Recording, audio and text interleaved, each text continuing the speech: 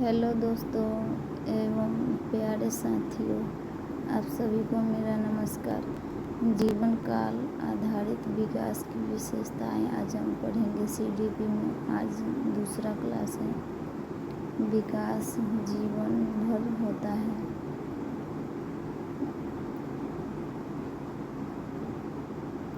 विकास गर्भावस्था से शुरू होकर मृत्यु तक चलता है। इसमें सकारात्मक बदलाव और नकारात्मक बदलाव दोनों होते हैं। यह प्रक्रिया गतिशील होती है। उदाहरण, बचपन में बोलना सीखना और बुढ़ापे में स्मृति कम होना। दूसरा, विकास एकीकृत होता है। Development is integrated. जैविक, बायोलॉजिकल, संज्ञानात्मक, कॉग्निटिव और सामाजिक, भावनात्मक,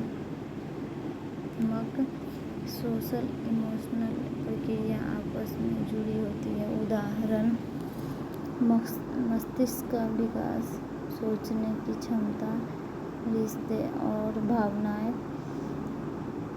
विकास बहुआयामी होता है।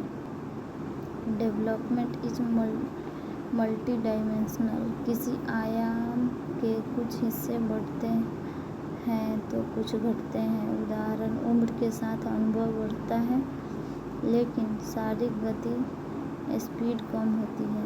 विकास चौथा, विकास लचीला होता है।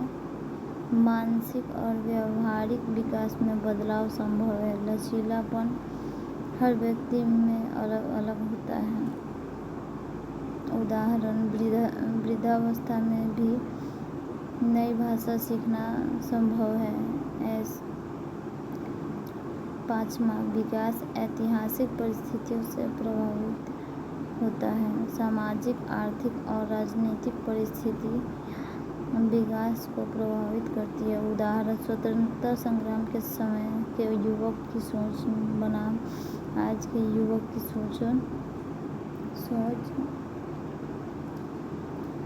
छठा नंबर, विकास बहु अनुशासनात्मक है। विकास को मनोविज्ञान, समाजशास्त्र, जीव विज्ञान, चिकित्सा और शिक्षा जैसे कई अनुशासन मिलकर समझते हैं। सातवां नंबर, विकास संदर्भों पर निर्भर करता है। व्यक्ति अपने वंशानुगत, जेनेटिक्स, भौतिक, सामाजिक, सोशल, ऐतिहासिक, हिस्टोरिकल और सांस्कृतिक, कल्चरल संदर्भों से प्रभावित होता है। उदाहरण, माता पिता की मृत्यु, दुर्घटना या प्रकृति आपदा जीवन की दिशा बदल सकती है। विकास डेवलपमेंट में परिपक्वता और अधिगम, लर्निंग दोनों का योगदान होता है। आठवां नंबर, विकास संचयी होता है। विकास पहले के अनुभवों और सीख पर आधारित होता है। उदाहरण, बचपन में सीखी भाषा आगे चलकर पढ़ाई और संचार में मदद करता है। विकास के सिद्धांत, विकास डेवलपमेंट में परिपक्वता, मैच्योरिटी और अधिगम, लर्निंग दोनों का योगदान होता है। परिपक्वता यह एक प्राकृतिक जैविक प्रक्रिया, बायोलॉजिकल प्रोसेस है जो शरीर और मस्तिष्क के स्वाभाविक विकास को नियंत्रित करती है। यह जीवन में किसी विशेष समय पर अपनी क्षमता स्वतः प्रकट करती है। अधिगम, लर्निंग यह जीवन भर चलता है। अनुभव और पर्यावरण से नए ज्ञान, नॉलेज और क्षमताएं प्राप्त होती है।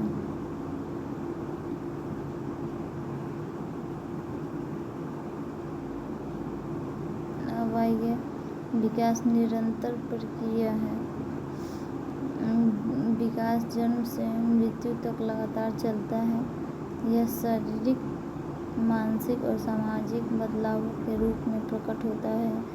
हर चरण अनुभवों और पर्यावरण से प्रभावित होता है। दूसरा, विकास क्रमबद्ध और क्रमिक होता है। विकास क्रमबद्ध और क्रमिक होता है जिसमें विकास सुसंगत होता है।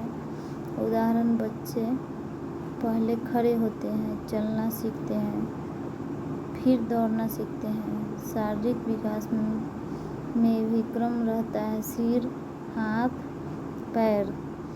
तीसरा, सामान्य से विशिष्ट की ओर। सामान्य से विशिष्ट की ओर विकास पहले सामान्य गतिविधियों से शुरू होता है और धीरे धीरे विशेष कार्यों की ओर बढ़ता है। उदाहरण, बच्चे पहले पूरे शरीर से हिलते हैं, बाद में किसी वस्तु को पकड़ना सीखते हैं। चौथा, विकास की दर में भिन्नता। सभी बच्चों का विकास एक समान गति से नहीं होता है।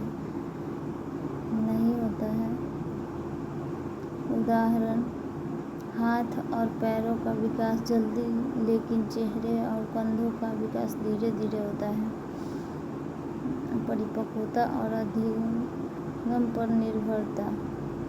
विकास जैविक विकास और अनुभव व पर्यावरण से अधिगम दोनों से प्रभावित होता है। छठा नंबर, विकास की दिशा और पैटर्न। विकास हमेशा एक निर्धारित दिशा में होता है। सिर से पैर तक।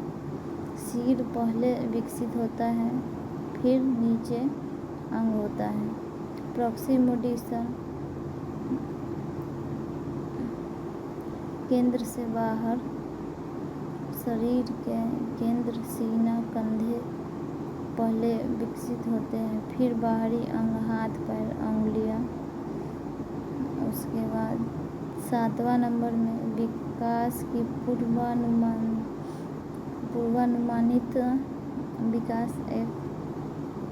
विकास का एक निश्चित पैटर्न होता है, जैसे मोटर कौशल और भाषाई विकास। हालांकि यह जैविक और पर्यावरणीय कारकों से प्रभावित होता है। सामाजिक अपेक्षा, सोशल एक्सपेरिमेंट।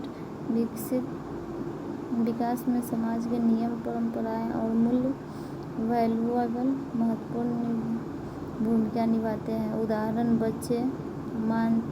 बच्चे सामाजिक व्यवहार सीखते हैं, जैसे सम्मान, रिस्पेक्ट और सहयोग, कोऑपरेशन। 9वां, विकास में खतरे। शारीरिक, मानसिक या पर्यावरण खतरों से विकास प्रभावित होता है। उदाहरण, तनाव, उपेक्षा, नकारात्मक प्रभाव। 10वां में खुशी में विभिन्नताएं। विभिन्न विकासात्मक चरणों में खुशी का स्तर अलग होता है। बचपन सबसे खुशहाल, किशोरावस्था चुनौतियों से भरा समय। यह बच्चों की पालन पोषण पर निर्भर करता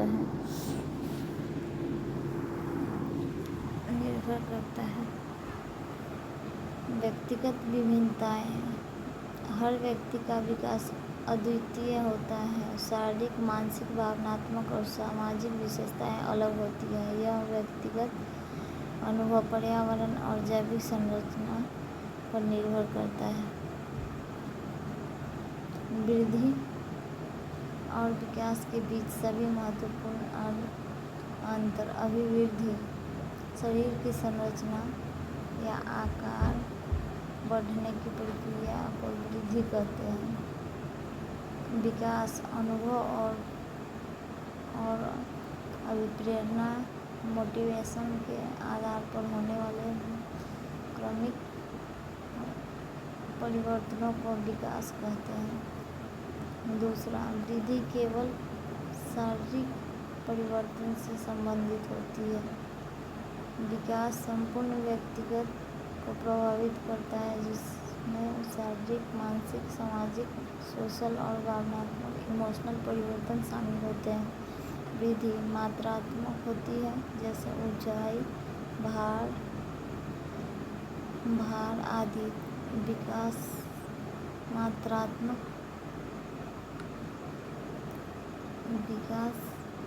मात्रात्मक और गुणात्मक दोनों होते हैं। विकास मात्रात्मक और गुणात्मक दोनों होते हैं। वृद्धि बाह्य होती है और इसे मापा जा सकता है। विकास बाह्य और आंतरिक दोनों होता है और इसे सीधे मापा नहीं जा सकता। वृद्धि एक निश्चित उम्र के बाद परिपक्वता के साथ रुक जाती है। विकास जीवन भर चलता रहता है। वृद्धि अनियमित हो सकती है और सभी अंग समान गति से नहीं बढ़ते। विकास निश्चित क्रम में होता है। वृद्धि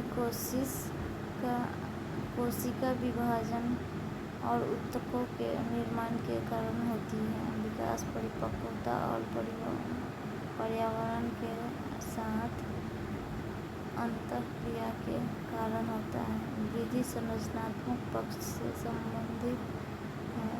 विकास कार्यात्मक पक्ष से संबंधित है। वृद्धि का संबंध केवल शरीर के कुछ भागों से होता है, लेकिन विकास संपूर्ण शरीर, मानसिक, भावनाओं और व्यवहार को प्रभावित करता है।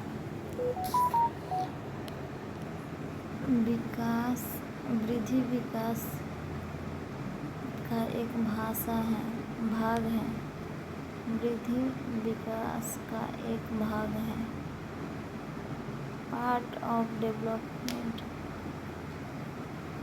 विकास संपूर्ण जैविक और मानसिक संगठन में परिवर्तन लाता है।